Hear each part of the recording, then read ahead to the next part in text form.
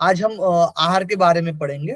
आहार के बारे में सामान्य परिचय देखेंगे और मिताहार की अवधारणा देखेंगे और पारंपरिक योग ग्रंथ के अनुसार यौगिक आहार का वर्गीकरण किस प्रकार से किया गया है ना। अलग अलग योग ग्रंथों में आहार की डेफिनेशन बताई गई है ना। किस प्रकार से उनका क्या पथ्य है क्या अपथ्य है वो भी बताया गया है, किस प्रकार से मिताहार होता है ना, ये सारी चीजें बताई गई है। और शरीर बनावटी यानी प्रकृति के अनुसार आहार बताया गया है। और त्रिदोष यानी वात पित्त कफ एवं सत्व रजत तम गुण, ठीक है, इसके अनुसार भी हम आहार को किस प्रकार से किस किस गुण के अकॉर्डिंग हमें आहार को ग्रहण करना चाहिए, ये भी हम लोग पढ़ेंगे। और आहार की अवधारणा में जैसे कि पत्याहार अपत्याहार है ना, आप लोगों ने ग्रंथ में पढ़ा है ना। तो पत्याहार क्या होते हैं, अपत्याहार क्या होते हैं ना, किसको वर्जित करना चाहिए और किसको लेना चाहिए, हमें ग्रहण ग्रहण करना चाहिए, ये भी हमें पढ़ना है। बहुत आई मम्मी। फिर यौगिक आहार का महत्व, यौगिक आहार का महत्व क्या है, फिर स्वस्थ रहने में इसकी भूमिका क्या है ना, ये भी देखेंगे। यौगिक आहार, आहार का सामान्य परिचय देखेंगे पहले। आहार होता क्या है ना, सभी लोगों को पता है। जो भी हम खाते हैं है ना, हमारे जो सप्त धातु को लगता है ना, और कुछ जो बचता है, जो अविष्ट पदार्थ होते हैं ना, जो हमारे शरीर के लिए उपयोगी नहीं है, वो बाहर निकल जाते हैं मल के द्वारा, मूत्र के द्वारा, है ना। यही, चलिए। कोई भी पदार्थ जब अन्न मार्ग में हम ग्रहण करते हैं और जीवनी शक्ति उत्पन्न होती है, ठीक है, और धातु का पोषण होता है, उनकी रक्षा तथा क्षतिपूर्ति करता है। जो भी हमारे शरीर के लिए जो भी जैसे टिश्यू हो गए, हमारे जो सेल्स है ना, उनकी क्षतिपूर्ति करती है, उनकी जो रक्षा के लिए आहार हमारे लिए फायदेमंद होता है। और जीवन की प्रक्रिया को संयमित करे तथा शरीर के महत्वपूर्ण अंश की उत्पत्ति में सहायक हो। जो भी हमारे जैसे छोटे होते ना, छोटे रहते तो आहार की वजह से हम क्या होते हैं, हमारा जो स्थूल शरीर बढ़ता जाता है ना, आहार ग्रहण करते तो उसे हम क्या बोलते हैं, आहार बोलते हैं, ठीक है। जो हमारे टिश्यू सेल की क्षतिपूर्ति करे, हमारे शरीर को लगे, हमारे शरीर में कुछ विकार भी आ रहे उसको भी हटाए आहार के माध्यम से, इसको हम आहार बोलते हैं सामान्य तौर पर। प्रत्येक व्यक्ति के लिए अब आहार किस प्रकार से हम लेते हैं, तो प्रत्येक व्यक्ति के लिए बोला गया है कि देश है ना, देश यानी स्थान, स्थान का भी ख्याल रखना चाहिए, हम किस स्थान में है उसको भी देखकर हमें आहार लेना चाहिए। काल, समय, काल यानी मौसम, ठीक है, समय आदि के आधार पर आहार विधि तथा मात्रा आदि का निर्णय करना चाहिए। यानी आहार कितना लेना चाहिए, यानी मात्रा, जिसमें हम बोलते हैं ना प्रोटीन हो गया, जैसे जब हम बायोलॉजिकल टर्म में जब देखेंगे तो उसमें जैसे प्रोटीन कितना लेना है, कार्बोज कितना लेना है हमें, है ना। और जो हम फ्रूट्स लेते हैं, ठीक है, वो कितना लेना है, न्यूट्रिशंस या न्यूट्रिशन यानी आहार, ठीक है। और जो हमारे क्या बोला जाता है आहार में, जो जल की मात्रा कितनी होनी चाहिए, ये सब बताया गया है। हमारे काल, देश काल और समय के अकॉर्डिंग भी हमें ध्यान रखना पड़ेगा। यहाँ पर कुछ ग्रंथ के अनुसार हम देखेंगे कि आहार की डेफिनेशन कुछ पढ़ेंगे। जैसे शंकराचार्य जी गीता वाक्य में कहे हैं कि आह्यते इति आहार, यानी अर्थात जो कुछ भी इंद्रियों के द्वारा ग्रहण किया जाता है उसे आहार कहते हैं। यानी अब बोला गया है, मेनली हम स्थूल रूप से क्या बोलते हैं कि जो हम हाथ से कुछ निवाला लेते हैं, मुंह में डालते हैं और अंदर चला जाता है ना, यही समझते हैं आहार, सिंपल डेफिनेशन। लेकिन जो हम इंद्रियों के द्वारा भी ग्रहण करते हैं, जो हमारे कर्मेंद्रिय है, जो हमारे ज्ञानेंद्रिय है, और जो एक मन है, उभय आंतरिक एक मन होता है, ठीक है, उसके द्वारा भी जो जो विषयों को हम ग्रहण कर रहे हैं उसको भी हम आहार बोलते हैं। ओके, ये हम लोगों ने भी प्रत्याहार के सेंस में पढ़ा है, यही शंकराचार्य भी गीता वाक्य में बोलते हैं। क्लियर है। मिताहार का अर्थ है कि नपातुला भोजन, भरपेट भोजन करने की जो मात्रा है उसमें कम खाना, यही है। यानी मिताहार यानी जैसे 1/4 बोलते हैं हम, है ना, 1/4 खाली रखना चाहिए। ये क्या है, एक भाग हमारा पेट के जैसे 4 भाग होते थे, एक भाग हमें क्या करना है, खाली रखना है। और 3 भाग में क्या होना चाहिए, 2 भाग में भोजन होना चाहिए, और एक भाग जो होता है वो जल होना चाहिए, और एक बार जो खाली रहने वाला है वो हवा के लिए रिक्त रखना चाहिए। इसमें मनुष्यों के अनुसार बताया गया है कि आहार से शरीर का ही नहीं बल्कि मन का भी निर्माण होता है। तो हम स्थूल रूप से सिर्फ हम बोलते हैं कि शरीर मतलब शरीर ही बढ़ रहा है ना, लेकिन मन का भी निर्माण होता है। जो हम आहार ले रहे हैं, जैसे हम सात्विक आहार बोलते हैं ना, सात्विक आहार ले रहे हैं, तो क्या होगा कि मन में उतना मतलब क्रोध नहीं आएगा, काम नहीं आएगा, यानी जो रजोगुण तमोगुण वाली जो प्रकृति है वो हमारे अंदर में नहीं आएगी सात्विक जो आहार लेंगे तो। इसलिए मन का भी क्या होता है, निर्माण होता है। इसलिए मन को भी शुद्ध रखने के लिए हमें आहार को किस प्रकार से आहार लेना है उसको भी ध्यान में रखना पड़ेगा, यानी सत्व रजो तमोगुण गुणों के अकॉर्डिंग भी देखना पड़ेगा। आचार्य चरक के अनुसार बताया गया है कि द्रव्य, ठीक है, यानी जो पंचभौतिक है, पृथ्वी तल पर सूर्य के ताप तथा पृथ्वी तल पर जो सूर्य का ताप पड़ता है तथा जलवायु की सहायता से, जलवायु की जो सहायता से हम प्रकृति से हम उत्पन्न किए होते हैं, है ना, जो शरीर उपयोगी द्रव्य है उसे हम आहार कहते हैं।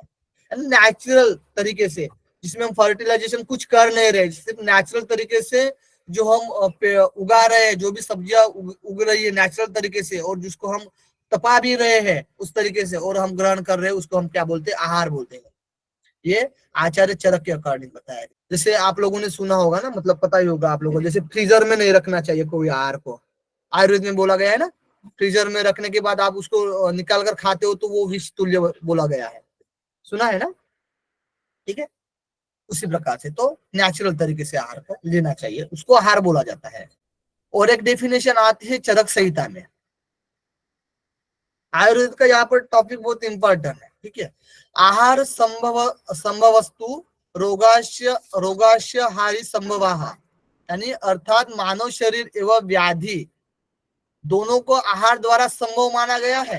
यानी जो मानव शरीर है और जो व्याधि है उनको भी आहार द्वारा संभव माना गया है। यानी जो हम मानव शरीर में क्या है, हमारा जो शरीर और मन को हम श्रेष्ठ कर रहे हैं, पुष्ट कर रहे हैं आहार के द्वारा, लेकिन हम कुछ आहार ऐसे ग्रहण करेंगे जिससे व्याधि भी बढ़ सकती है और व्याधि को दूर भी कर सकते हैं। तो आहार की वजह से हम, हमारे अंदर रोग भी हो सकता है और हम रोगों को दूर भी कर सकते हैं। और फिर हम भगवान धन्वंतरी के अनुसार देखते हैं, ये भी आयुर्वेदिक की ही है, आचार्य धन्वंतरी, इन्होंने बोला है कि प्राणियों के बल, वीर्य और ओज का मूल आधार है।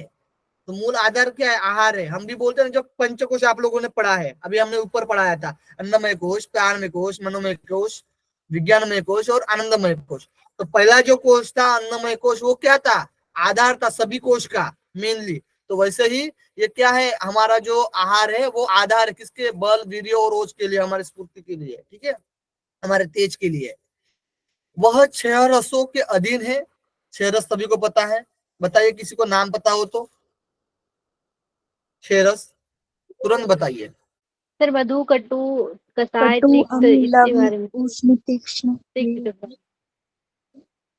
कटु, अम्ल, लवण, तीक्ष्ण। लवण, कटु, अम्ल, लवण, लवण, रुक्ष, कषाय, तीक्ष्ण, उष्ण, तिक- कसाय। तिक्त, मधुर। ओके, चलो गुड, ठीक है। तो प्राणियों के बल, वीर्य और उसका मूल आधार है, आहार को बोला गया, और 6 रसों के अधीन है। इसमें 6 रस प्राप्त होते हैं जो आहार से होते हैं ना, कोई भी 6 रस के अधीन ही बोला गया है। आप 6 रस को रखोगे तो वो सब मिल जाएगा, ठीक है। आहार जो भी आहार ले रहे हो वो 6 रस को उत्पन्न कर रहा है, ठीक है। उसमें 6 रस की कोई ना कोई वेरायटी आपको दिखने में आएगी, यही बोला गया।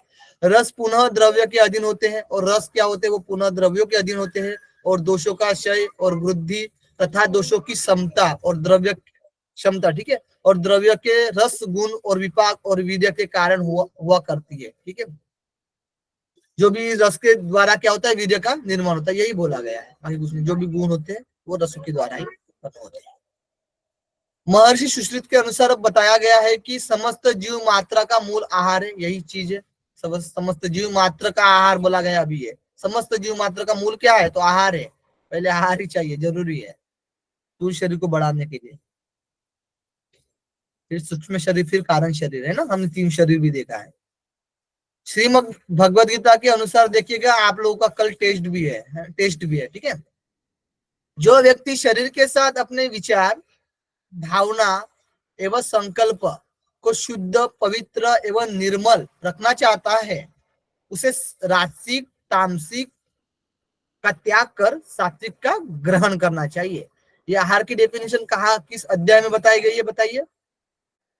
17वां अध्याय।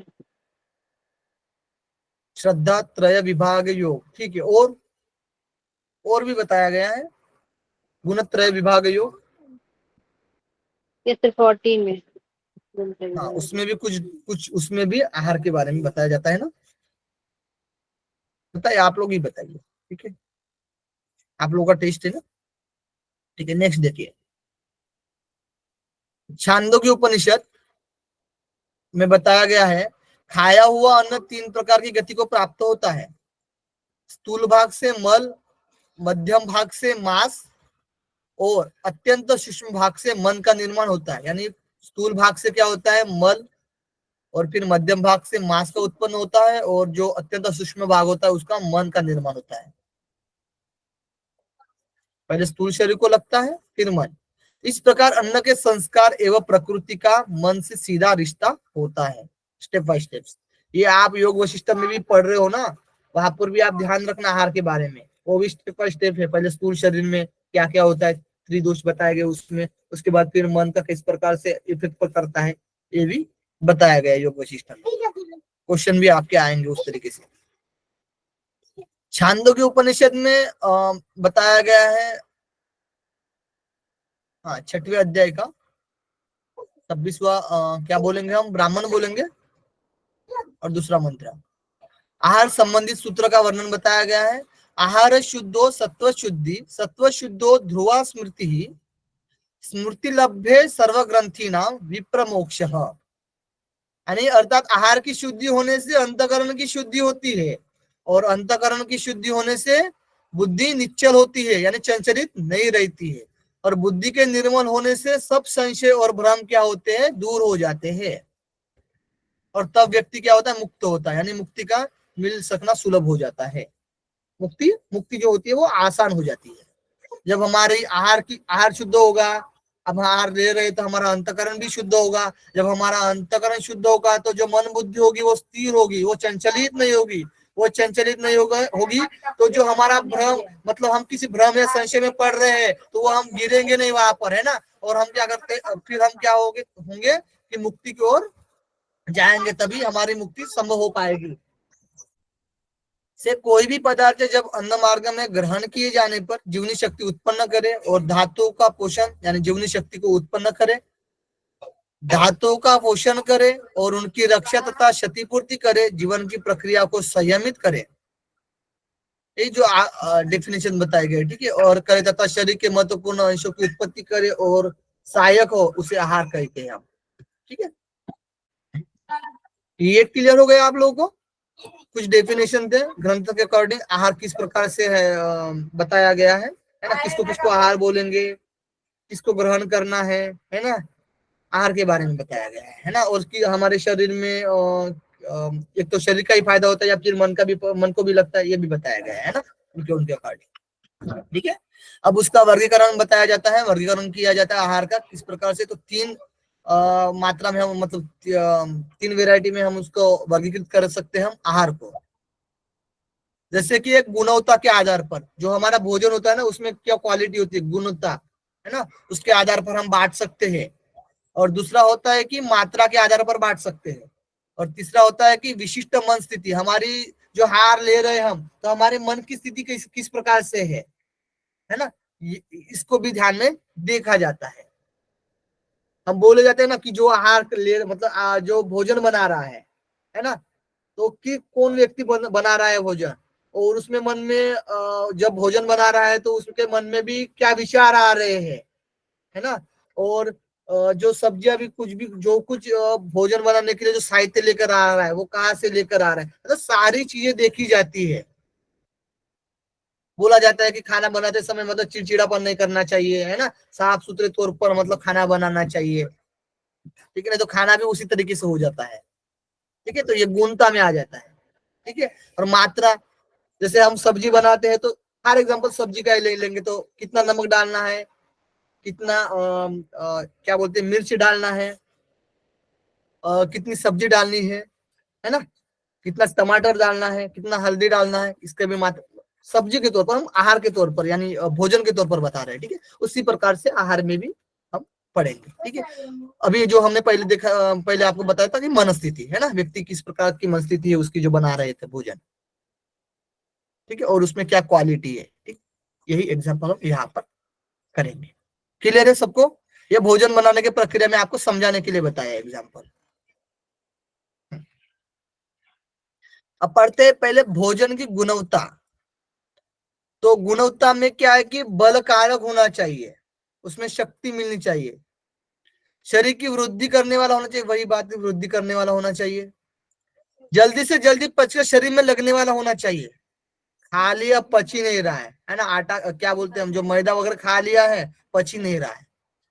स्मृति, आयु, वर्ण, ओज, सत्व एवं शोभा को बढ़ाने वाला होना चाहिए, यही गुण होता है। ठीक है, अब देखिएगा कुछ ग्रंथ के अनुसार भी जैसे हम हठप्रदीपिका की बात कर लेते हैं ना, समझ में आ जाएगा ज्यादा से ज्यादा। तो हठप्रदीपिका में बताया गया है गुणवत्ता के आधार पर, जैसे कि भोजन पुष्टिकारक, सुमधुर, स्निग्ध और गाय के दूध से निर्मित, धातु को पुष्ट करने वाला और मनोनुकूल व हितकर होना चाहिए। ये तो मन की बात है, ठीक है, ये तो मनोनुकूल वाली है। लेकिन भोजन पुष्टिकारक, सुमधुर, स्निग्ध और गाय के दूध से निर्मित, और कोई भी चीज हो गाय के दूध से निर्मित जो भोजन होना चाहिए, आहार होना चाहिए, और धातु को पुष्ट करने वाला होना चाहिए। ठीक है, ये उसमें क्वालिटी होनी चाहिए, ये उसमें गुण होना चाहिए आहार में। क्लियर है? ये क्वेश्चन बहुत बार आया हुआ है। भोजन पुष्टिकारक, सुमधुर, सिग्नम, गाय के दूध से निर्मित और धातु को पुष्ट करने वाला, ये सीक्वेंस के लिए पूछा जाता है, बहुत बार क्वेश्चन आया हुआ है। किसी को सूत्र याद हो तो बोल सकते हो, कोई दिक्कत नहीं है, आपका रिवीजन होगा।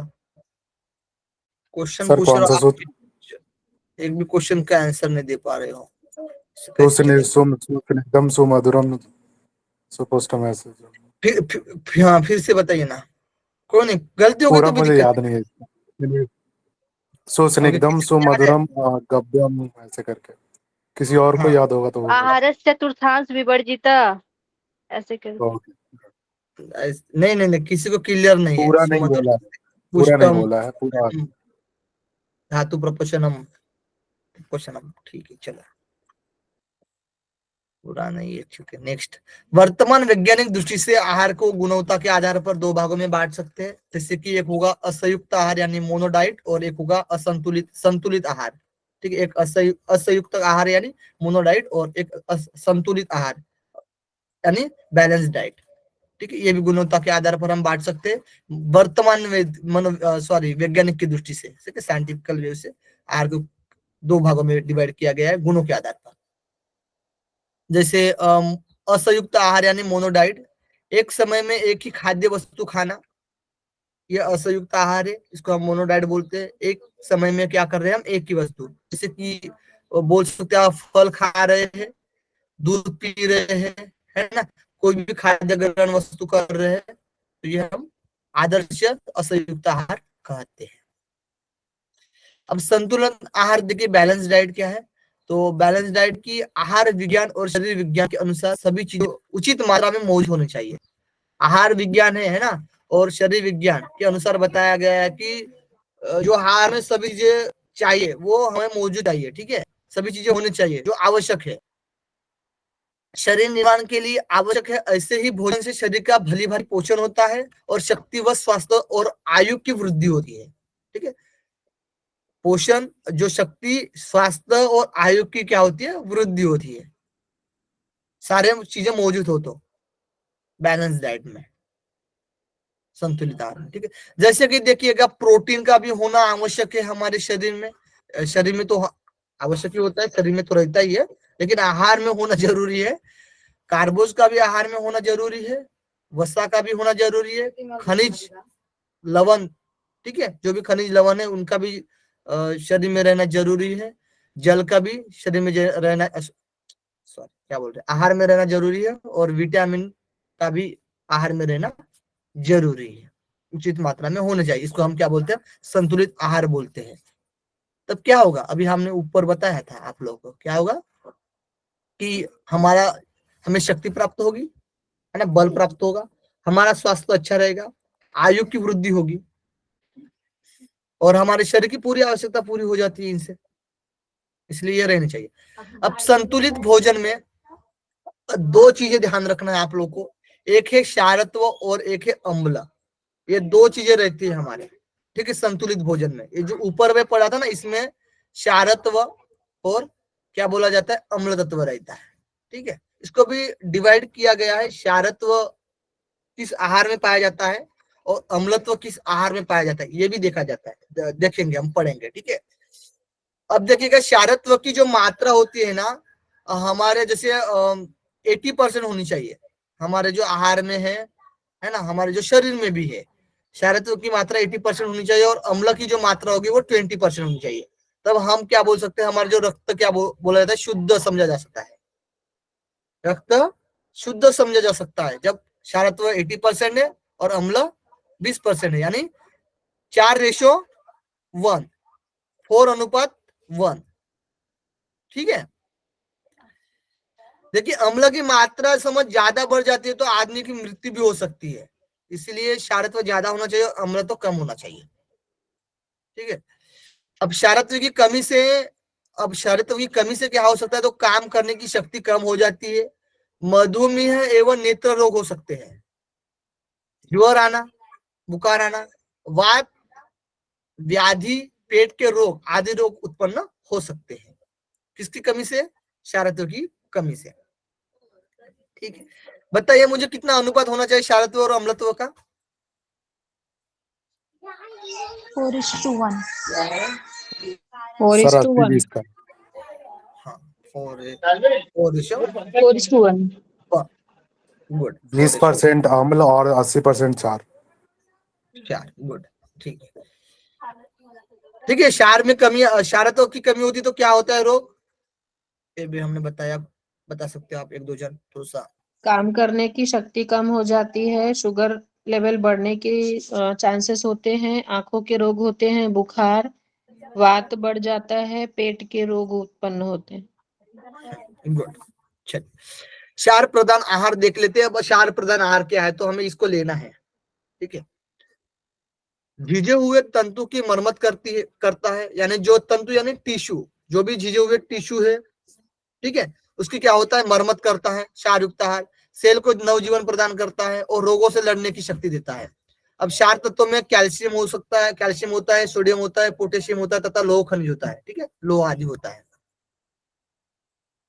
अब क्षारयुक्त आहार को भी दो भागों में विभक्त किया गया है, एक होता है शुद्धिकारक क्षारयुक्त आहार और एक होता है पोषक कारक क्षारयुक्त आहार, यानी एक पोषण करने वाला और एक शुद्ध करने वाला। देखिए शुद्धिकारक तो आप लोगों को पता ही है, जो हम क्या बोलते हैं, विटामिन बोलते हैं ना, जिसमें विटामिन पाया जाता है, जैसे कि फलों फ्रूटों में है ना, तो ताजा पके जो फल है, खट्टे फल है, दूध, मट्ठा, हरी पत्ती, पालक, मेथी, शहद, मक्खन, गाजर, ठीक है, ये शुद्धिकारक क्षारयुक्त आहार है। अब पोषण करने वाले आम, सेब, केला, नारियल, सूखे फल, किशमिश, अंजीर, खजूर, काजू इत्यादि, ये भी इसमें भी बाकी भी ये आ जाएगा, जैसे क्या बोले थे हमने अभी, तो सर शुद्धिकारक यानी क्या है, बॉडी को डिटॉक्स करने वाले या क्या? हाँ, डिटॉक्स करने वाले, और ये लगने वाले, ठीक है, लेकिन एक दूसरे में थोड़ा बहुत ये रहेगा, न्यूट्रिशन न्यूट्रिटिव ग्रोथ के लिए। ये भी पता है किसके कि लिए? एक दूसरे में रहेंगे, ऐसा नहीं, कुछ कुछ मात्रा रहती है, ठीक है। एक कोई भी आप फल लोगे ना, तो फल में भी जैसे हम बोलते हैं ना, क्या बोलता है, प्रोटीन की भी चीजें रहती है थोड़ी बहुत, है ना। ज्यादातर क्या रहता है, क्या मात्रा रहती है, जल की भी मात्रा रहती है, और विटामिन सी, विटामिन, हाँ मिनरल्स। विटामिन नहीं आ रहा था, ठीक है, विटामिन मिनरल, ठीक है, तो सारी चीजें रहेंगे। इसमें क्या है, मेन बोला तो क्षारयुक्त आहार में, यानी शुद्धिकारक जो आहार है उसमें ज्यादा से ज्यादा शुद्धिकारक, यानी आपको परसेंटेज ध्यान रखना है, कितना परसेंटेज उसमें शुद्धिकारक पाया जा रहा है ना, उस आहार में। जैसे हम फलों में देखते हैं, फलों में जो विटामिन सबसे ज्यादा रहता है, जल ज्यादा रहता है ना, मिनरल ज्यादा रहते हैं उसमें, है ना, लेकिन प्रोटीन और जो वसा होता है वो कम पाया जाता है, ठीक है। तो प्रोटीन और वसा जिसमें पाया जाता है, जैसे किशमिश, अंजीर, खजूर, इसमें प्रोटीन और वसा पाया जाता है, तो ये क्या होगा, पोषण करने वाले, शरीर को वृद्धि करने वाले, सिंपल सी बात, ठीक है। और ये शुद्धि करने वाले, टॉक्सिन निकालने वाले, क्लियर है? ओके जी। अम्ल प्रधान आहार देख लीजिएगा, अम्ल प्रधान आहार क्या होते हैं, शरीर को शक्ति या उष्णता प्रदान करने वाले, ये भी शक्ति देने वाले होते हैं, ठीक है, उष्णता प्रदान करने वाले होते हैं, हीट, इसलिए इसकी भी मात्रा ज्यादा नहीं होनी चाहिए, जिससे कि आयोडीन, क्लोरीन, सल्फर तथा फास्फोरस, ठीक है, ये आदि अम्ल तत्व होते हैं।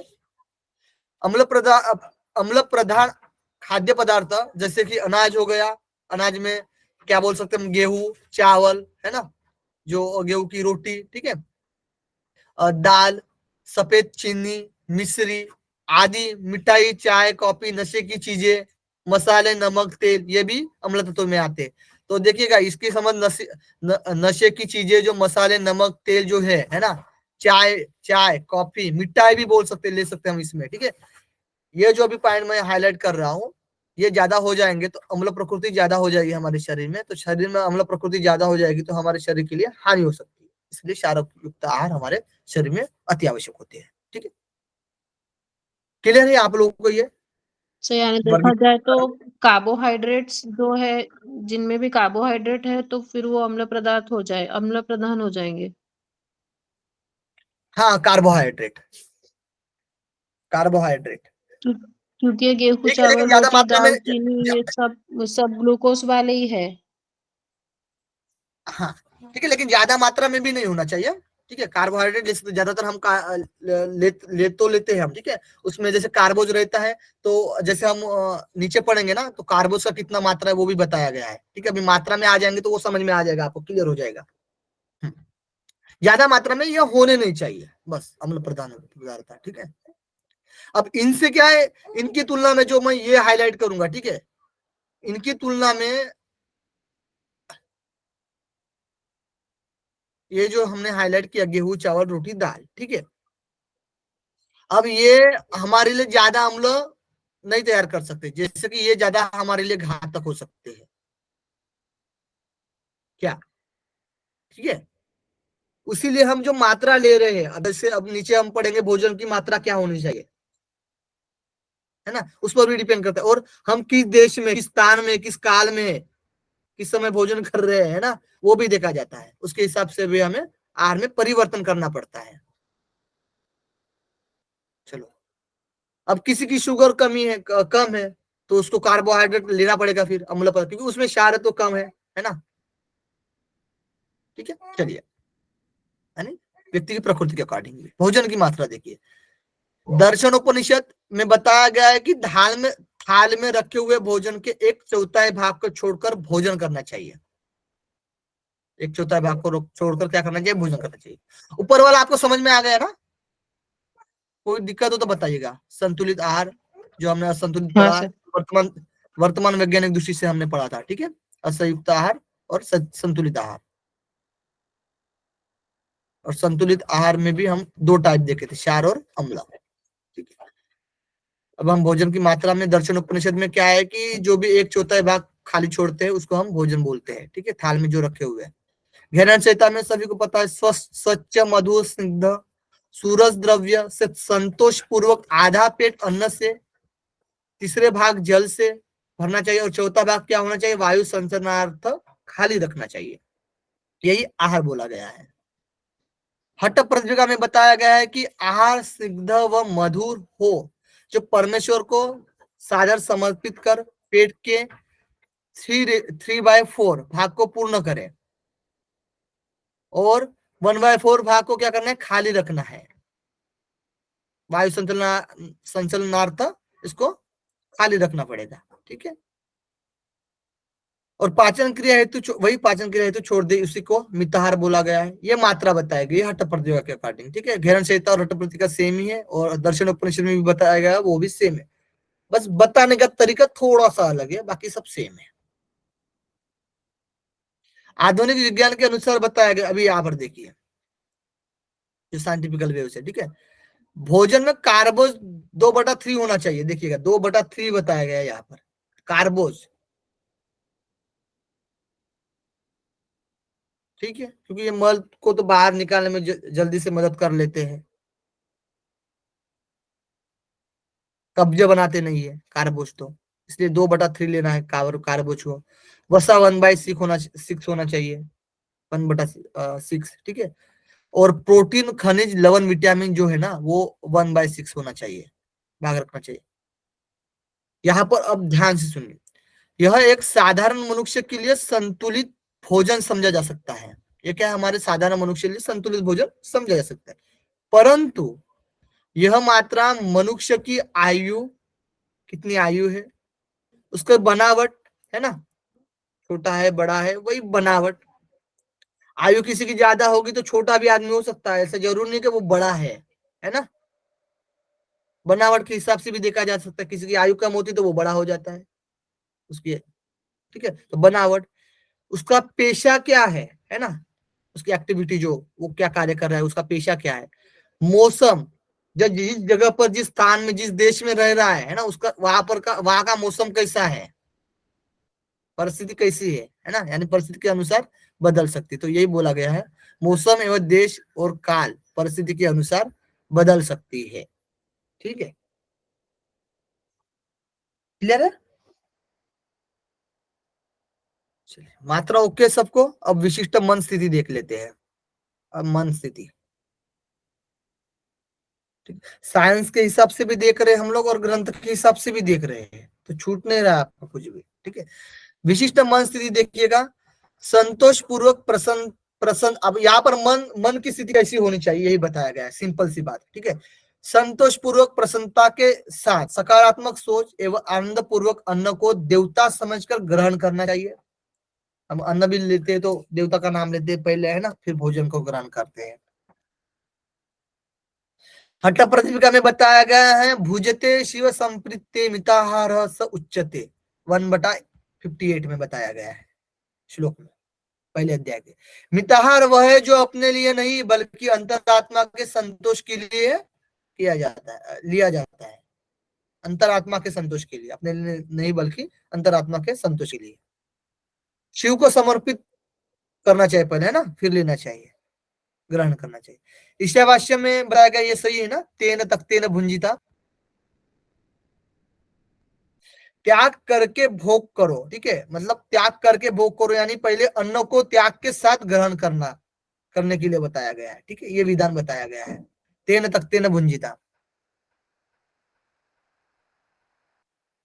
त्याग यानी यही मीनिंग निकलता है जो ऊपर आप लोगों ने पढ़ा है। त्याग का मतलब पहले फेंक दो, ऐसा नहीं है, ठीक है। त्याग मतलब समर्पण करना, यानी अपने को भगवान को पहले दे देना है, त्याग कर देना है, ठीक है, फिर उसको ग्रहण करना है। सर यहाँ पे ये तेन तक तेन भुजिता मार्ग विधा कश विधनम, ऐसा बोला जाता है कि मतलब त्याग पूर्वक भोग करना है और हाँ, कामना नहीं करनी है, आसक्त होकर मतलब उसकी कामना नहीं करनी है। तो यहाँ पे आसक्ति और कामना फूड नहीं से करना। रिलेटेड इसको करेंगे। देखिए कर्म बोला गया है ना, जो भी कर्म कर रहे, आहार भी एक कर्म है ना,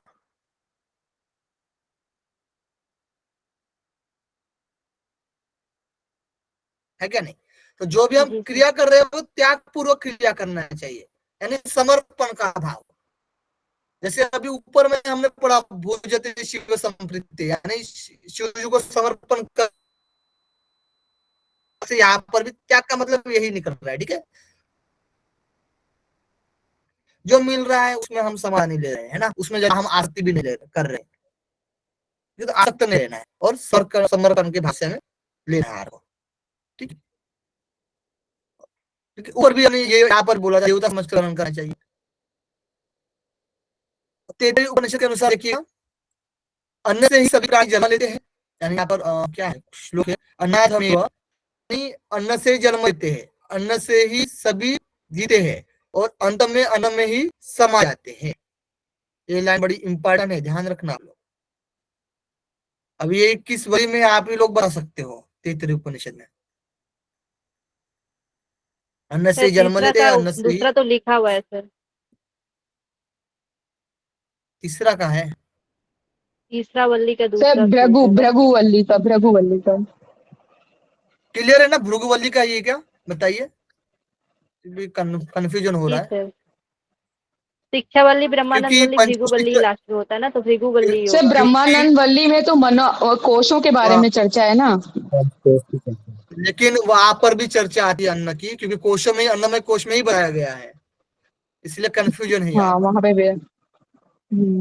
अन्नमय कोश में बताया गया है, आज अन्न से ही सभी प्राणी जन्म लेते हैं, है ना, अन्न ही सभी औषधि है, बोला गया है ना, सभी की औषधि है करके। अन्न के बारे में बताया गया, इसको हम चेक कर लेंगे, है ना, मैं चेक कर लूंगा इसको, मुझे डाउट लग रहा है, इस जगह दूसरा इसको देखा नहीं मैंने, ठीक है। चलिए, भगवत गीता में बताया गया युक्त आहार विहार से युक्त चेष्टस्य कर्मसु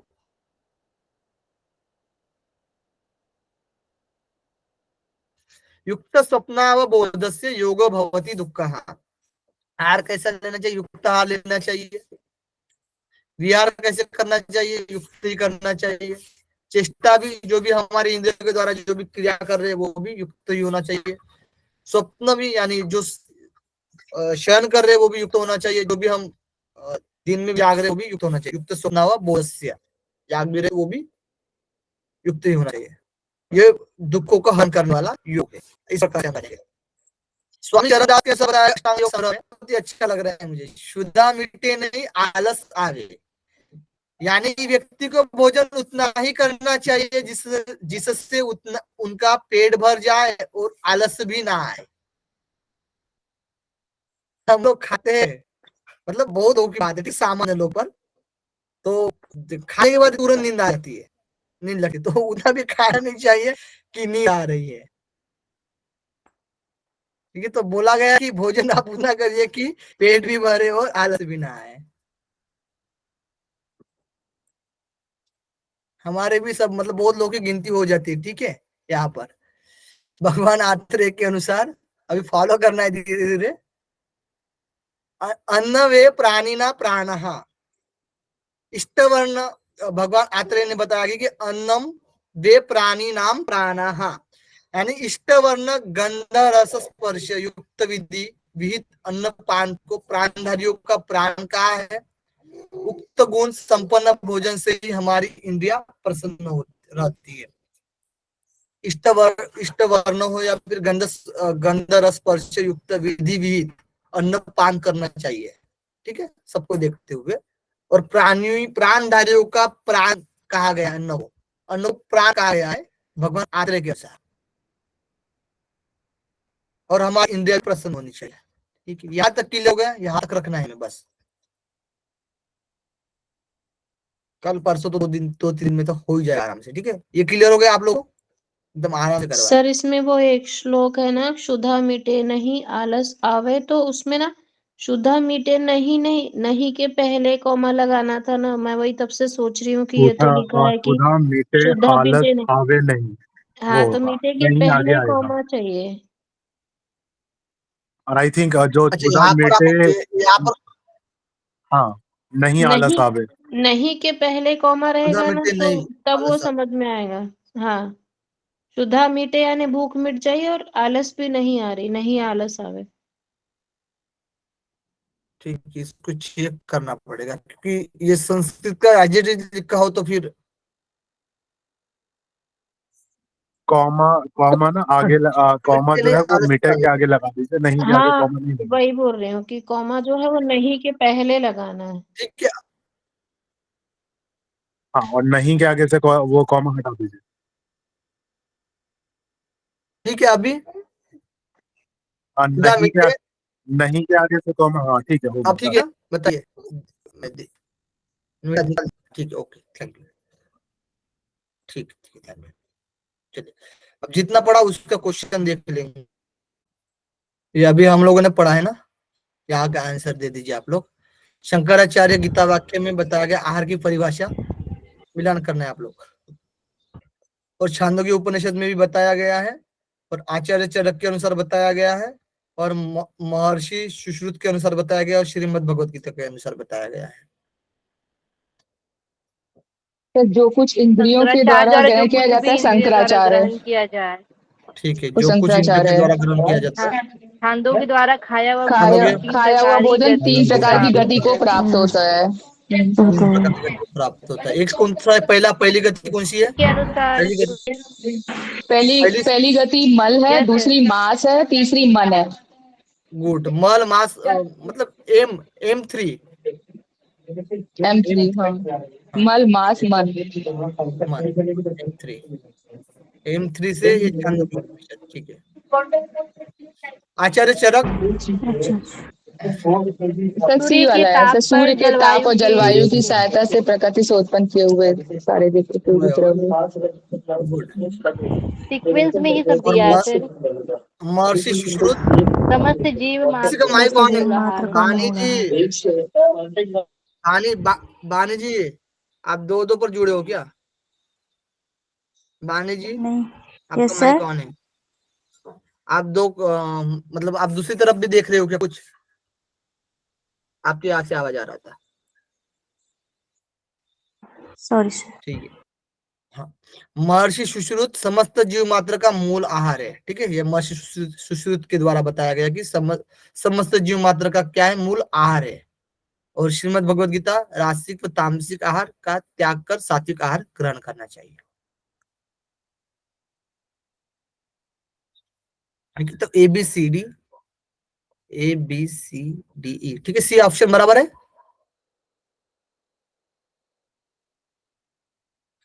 हेलो, जी हाँ सर। जी सर, ओके, जी सर। नेक्स्ट।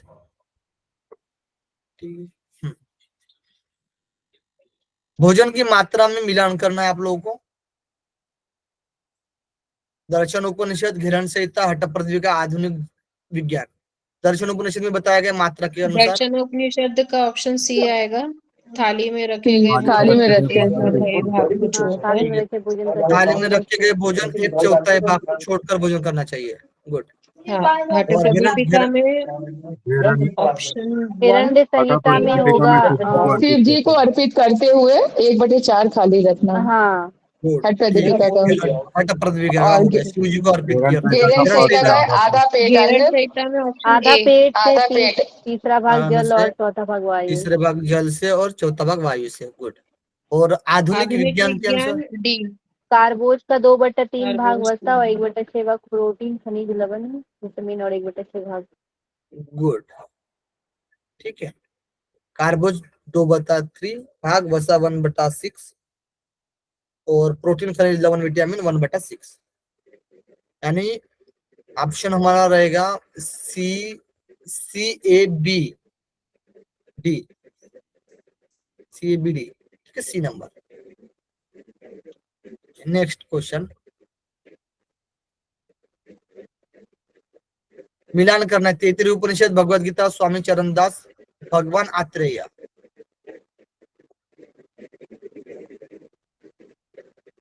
इसका भगवद गीता युक्त आहार विहार।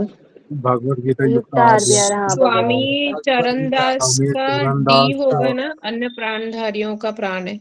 हाँ, अन्य स्वामी चरणदास का डी स्वामी होगा। चरणदास का भोजन उतना ही करे जिससे ऑप्शन डी पेट भरे और अभी आलस बताया नहीं, ना ना कि हो। उन्होंने अन्न को प्राण माना है। नहीं नहीं, स्वामी चरण दास का होगा भोजन उतना ही करें जिससे पेट भरे आलस भी ना आए। हाँ, थर्ड का गुड। सी होगा, भोजन उतना ही करे जिससे पेट और आलस ना हो। हाँ, भोजन उतना ही करे जिसमें पेट अच्छा। भरे और आलस्य भी ना आए, क्षुधा मिटे नहीं आलस्य आवे, है ना, ये बोला गया है ना। तो स्वामी चरणदास और भगवान आत्रेय के अनुसार बोला गया कि अन्न प्राणीधारियों के प्राण है। अच्छा, फिर 33 का और ऑप्शन ए यानी ABCD। अन्न से अन्न से उत्पत्ति होती होती है और है। जीना अन्नमय कोश होता की है। बात की अन्न गई में है। ही जीना, अन्न से ही जीते हम और अन्न में ही विलीन हो जाते हैं। ये तैत्तिरीय उपनिषद में बताया गया है। ABCD, ABCD, गुड, ठीक है।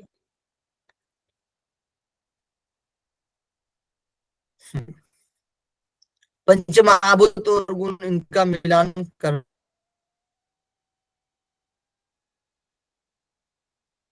है, ये तो अभी नहीं करवाया मैंने।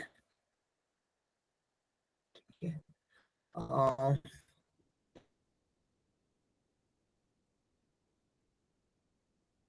एक मिनट।